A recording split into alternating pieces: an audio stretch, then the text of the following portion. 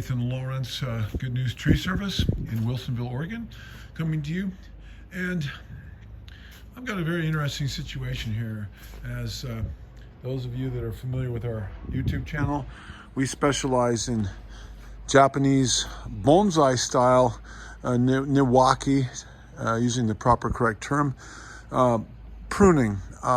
We do a lot of other things too, from big tree removals to pruning and all that kind of thing. But one of our specialties is small trees in the Japanese style, and I get the privilege of working with some really unique specimens.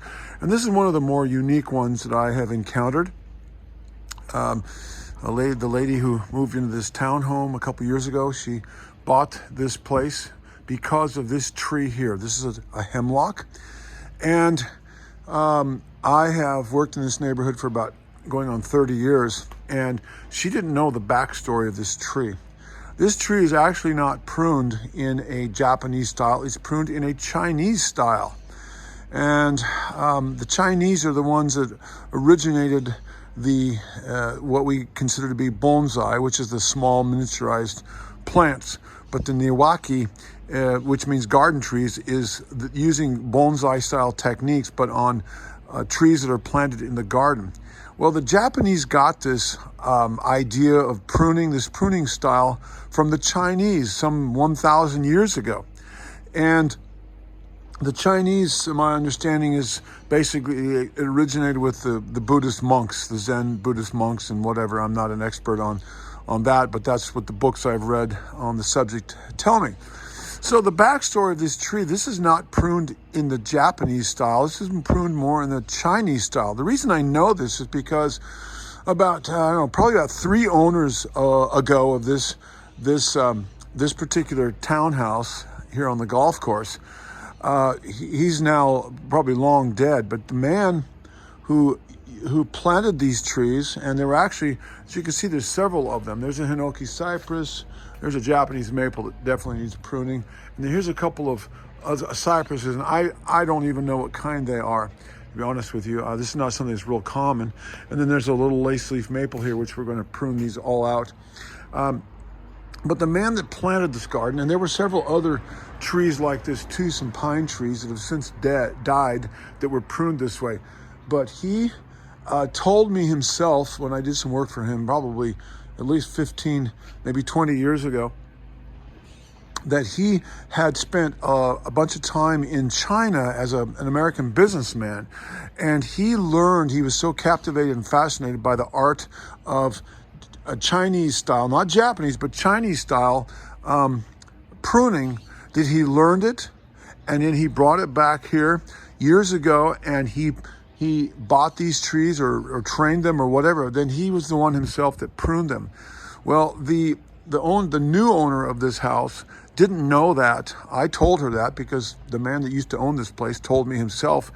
And she just knew these trees were very special. She didn't know the backstory. Well, she hasn't pruned them in 2 years since she's lived here. And as we get a little closer to this tree, we see that there's a bunch of dieback on some of the branches of this tree.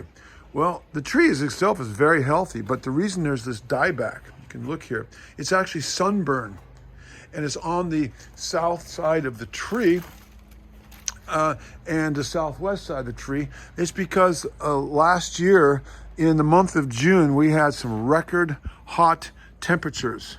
For our area, literally broke all-time records. We for 3 days in a row we were over 100 degrees, and we were basically over 110 degrees, and we got up to about 115, 116, 117 degrees, which for Western Oregon is absolutely unheard of. And these trees got sunburned, and so now my job, and this is going to be a little bit challenging, my job is to prune out this dead wood and to hopefully blend in the dead wood, that is what's left of these balls, basically, of greenery, and try to blend that in with the rest of the tree. So anyway, this is going to be a little bit of a challenge. I've never really encountered this before, and still keep the integrity of this Chinese style pruned tree intact. There's actually some clumps here of foliage that are totally dead. We're going to prune all that out. And then while I'm at it, I'm also going to kind of prune out this Hinoki cypress a little bit. It's still in pretty good shape, but it needs a little bit of attention. And I'm not going to do this upright maple today, but we're going to also clean out this really messy, tangled up lace leaf Japanese maple. And while we're at it, we're going to go ahead and just kind of tip some of these cypresses back. There's 2 of them. And so I'll do a video after we get done and show you what the results are. Hopefully they will be good. Nathan Lawrence here again for part 2. And these are the cypresses that I lightly trimmed just by kind of clipping the tips of the leaders back a little bit, still keep the very asymmetric, irregular shape. Now we'll go into the courtyard and take a look at open the gate there. And here is the lace leaf Japanese maple. So I pruned it very heavily. This is middle of February, and this will start growing very, very vigorously with the new spring flush of growth that will come out here in the next couple months. So this tree had not been pruned in many years. It was very thick, and so I opened it up and gave it a proper structure and really thinned it thickly or heavily I should say, in anticipation of a lot of new growth that will come out and literally cover the whole top of this so that it doesn't get sun scald. So I've done this before and made videos. I've had crackpots and bozos comment on my YouTube channel about how I over pruned these things. Well, I know what I'm doing. Done thousands of these, and we certainly wouldn't prune this heavily in the summertime.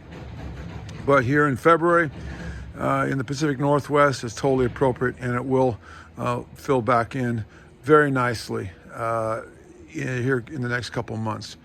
And here is the pièce de la résistance, the kind of the crowning achievement. This is this hemlock that has been pruned in the past in a more of a Chinese style rather than a Japanese style. And I'm not an expert in this style of pruning, but I just followed the lead of what was there already. And they tend to, my understanding, not open things up quite so much, the needles and the ramification, but keep things in little balls, but not big balls like topiary.